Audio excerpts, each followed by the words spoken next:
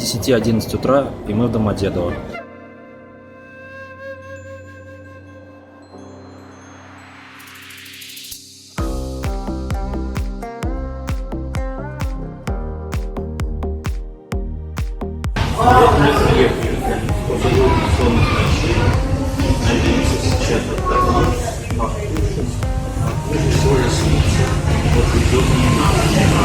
Итак, мы в отеле Лакшери, 4 звезды, номер B506, стучим.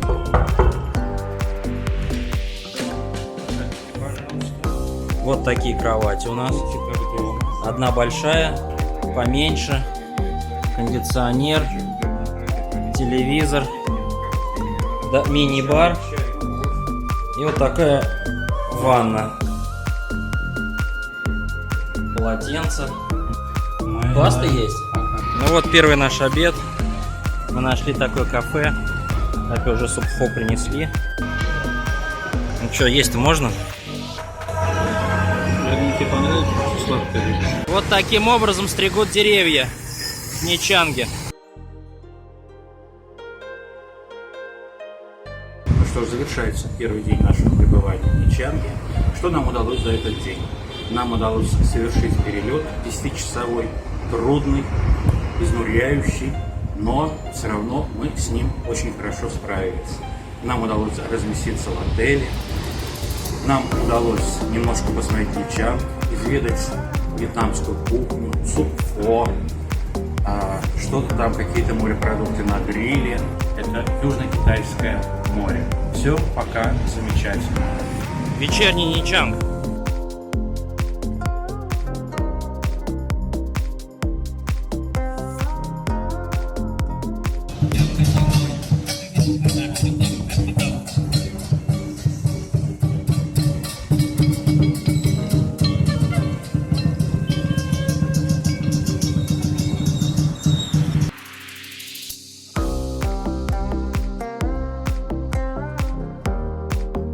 Это будет сок из натурального продукта, тростника. Попробуем. Что это такое?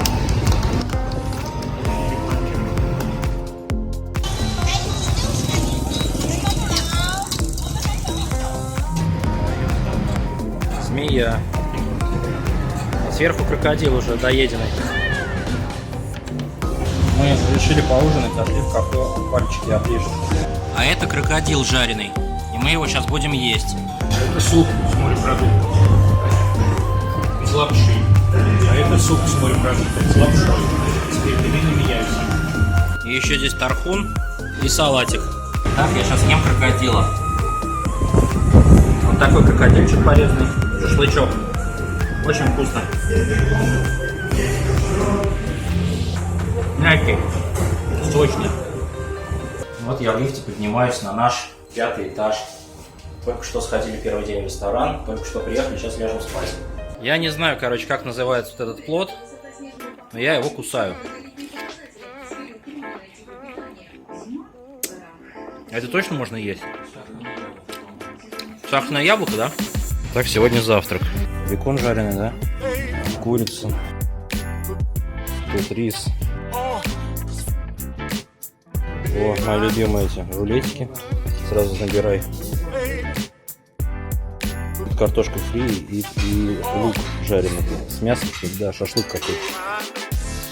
Тут супы. Супы-фо. Они на завтраках едят. О, мясо, смотри какое. Ну, что это за мясо такое? Фаршированное что-то такое внутри, по-моему. И макароны. Лапша. Ну, пойдем посмотрим. Вот такая столовая. Тут масло, багет, манго, арбуз, сердце дракона, нарезочка, овощи, салаты.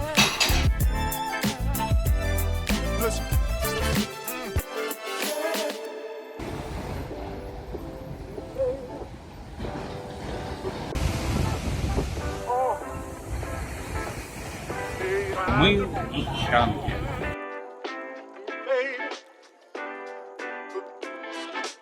Мы находимся на территории храмовый комплекс называется Ничангские башни. Первая народность, которая поселилась на этой территории. Пожалуй, самая популярная достопримечательность в Ничанге после развлекательного парка Винперл – это древние Чамские башни – Панагар. Весь комплекс – действующий до сих пор буддийский храм. Несмотря на то, что Вьетнам позиционирует себя как светское государство, а большинство вьетнамцев считает себя атеистами. Храм поддерживается в идеальном состоянии, и это одно из главных достопримечательностей страны. Здесь проводятся буддийские обряды, а иногда и более древние, не очень понятные для туристов языческие. Как всегда, самый простой способ добраться до башен – арендовать мотобайк. Дорога от Лотоса, центра города, займет максимум 10 минут. Рядом с достопримечательностью есть парковка, где вы можете оставить свой мотоцикл, заплатив всего 5000 донгов.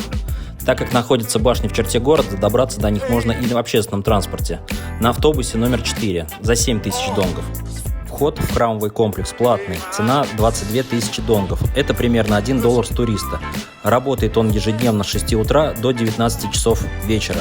При входе возле касс можно приобрести сувениры. Взяли холодный кофе, кофе со льдом, традиционный вьетнамский напиток здесь. Сейчас попробуем. Крепкий кофе, только ледяной.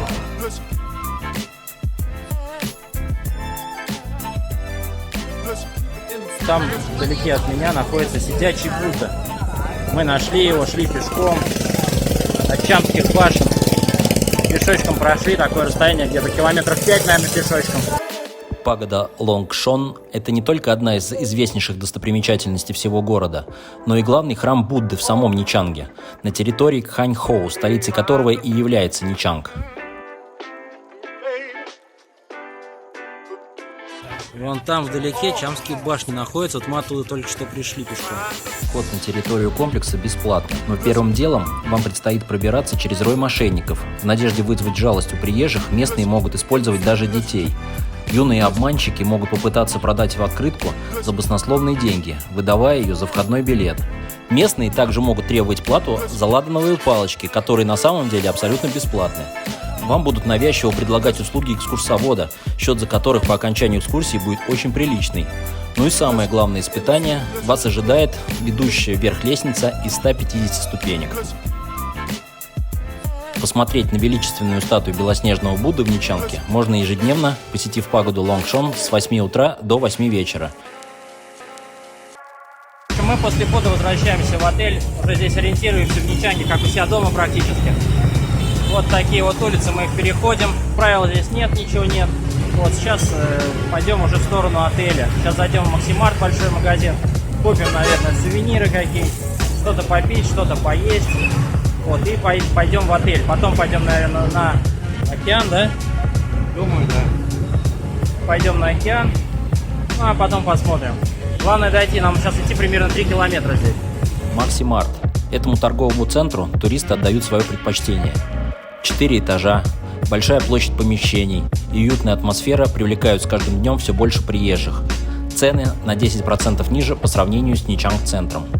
На первом этаже имеется удобный и добротный супермаркет, в котором можно купить продукты питания. В том, чтобы добраться до этого места, особых сложностей нет. 10 минут пешком по центральной улице Ярсина-стрит. Южно-Китайское море омывает Вьетнам с юга и востока и образует знаменитый Сиамский залив, выход в который имеют помимо Вьетнама Таиланд, Камбоджа и Малайзия.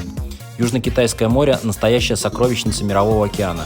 Климатические особенности Южно-Китайского моря тесно связаны с характерным для него муссонами.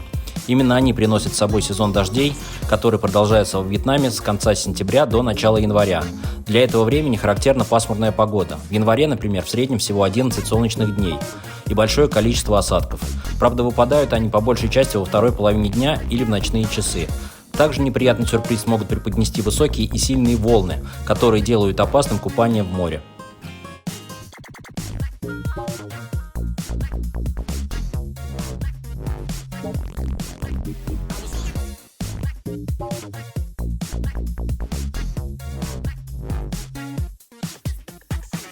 Мы находимся на рынке в Ничанге, самый большой рынок в Ничанге. Сейчас смотрим здесь все.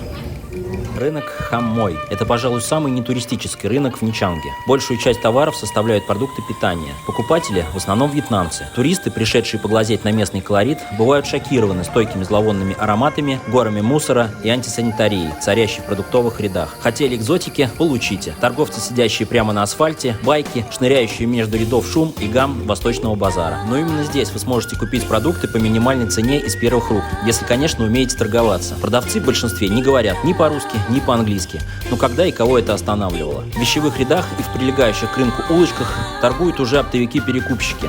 Там и языки знают, и почище, и сервиса побольше. Соответственно, и цены повыше. Хотя знатоки утверждают, что когда у фрукта сезон, то где бы вы его ни купили, на рынке, на туристической улочке или в магазине, стоимость будет отличаться незначительно. Это все можно заказывать, в принципе. Там он еще не поймешь, что. Выбрать пальцем, показать и съесть все. Когда хочется приобрести свежие дары моря, не представляющие опасность для жизни, посещайте специализированные рынки, а также расположенные рядом рестораны и закусочные. Рекомендуется приходить сюда по вечерам на закате. И тогда можно не только заниматься покупками, но и любоваться на красивое побережье в лучах уходящего солнца. Здесь морепродукты содержатся в аквариумах и специальных тазах. Туристы могут приобрести морских ежей, моллюсков, креветок. Ассортимент большой. Фаршированный рисом с морепродуктами. Вот такая вот большая фигня. Я ее хотел попробовать. Сейчас я ее буду есть.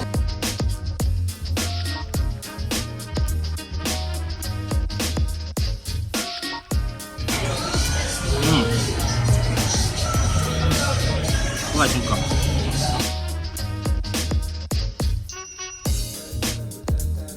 А вот мои долгожданные гребешки.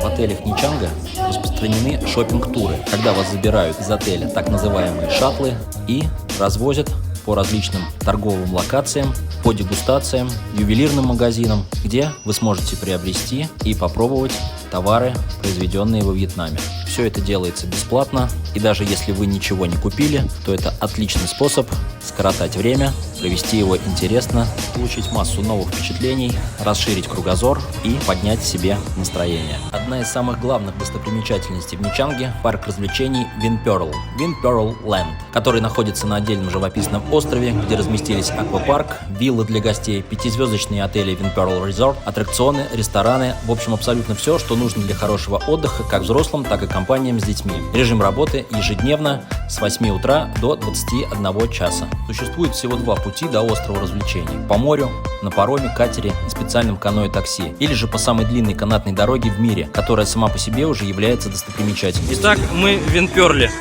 Парк разбит на несколько тематических зон. Аквапарк, океанариум, крытый игровой комплекс, улица магазинов, карусели и качели, зона семейных игр. В постройках парка Vinpearl можно найти комнаты с игровыми автоматами. Есть детские и взрослые варианты игр. На входе в парк располагаются стенды с буклетами. В них отмечены все важные места. Кроме многочисленных горок, бассейнов и аквариумов, в парке развлечений располагается большое количество аттракционов. Американские горки, карусели, колесо обозрения. Обязательно попробуйте прокатиться на электросанях. Специальные санки для 2 человек поднимаются по склону вверх и затем под действием силы тяжести срываются вниз по извилистой трассе. Места в санях расположены друг за другом, причем главным является задний пассажир. У него есть рычаг для торможения салазок.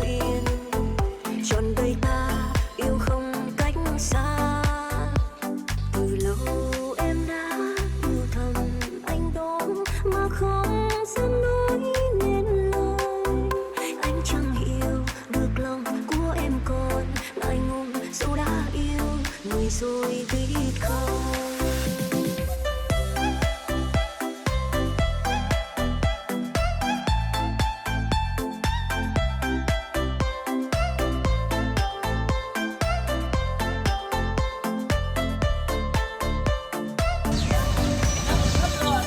Какие мысли сейчас у меня в головах?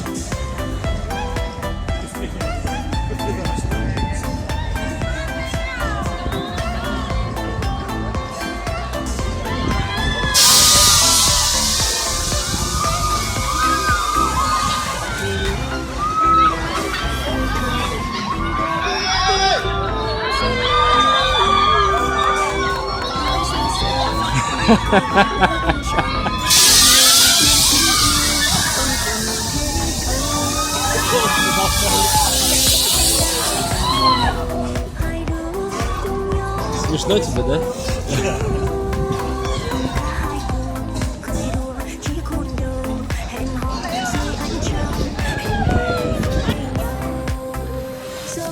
Вараны.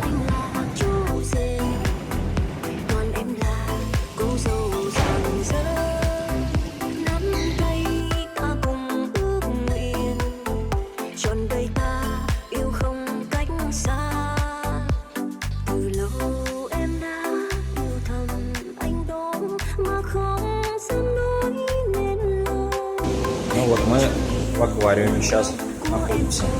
На острове Винперл расположился огромный аквариум с сотнями морских обитателей. Яркие рыбки, огромные лобстеры, причудливые кораллы, детеныши акул. Длинный стеклянный тоннель – все это ожидает вас при посещении аквариума. Территория разбита на несколько секций в зависимости от климатических зон обитания рыб. Каждые несколько часов в воде появляется аквалангист с кормом и дарит публике незабываемое шоу.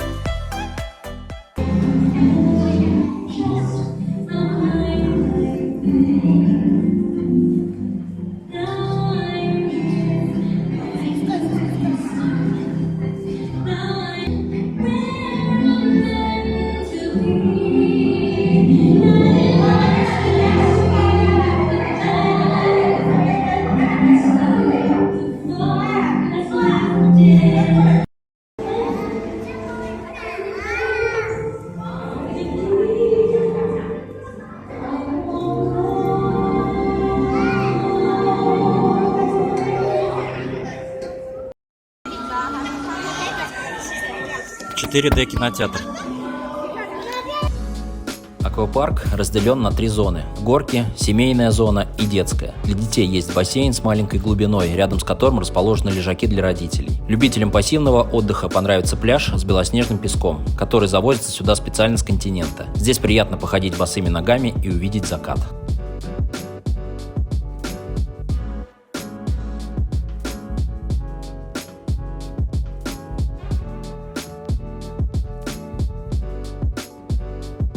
Так прошел дождь.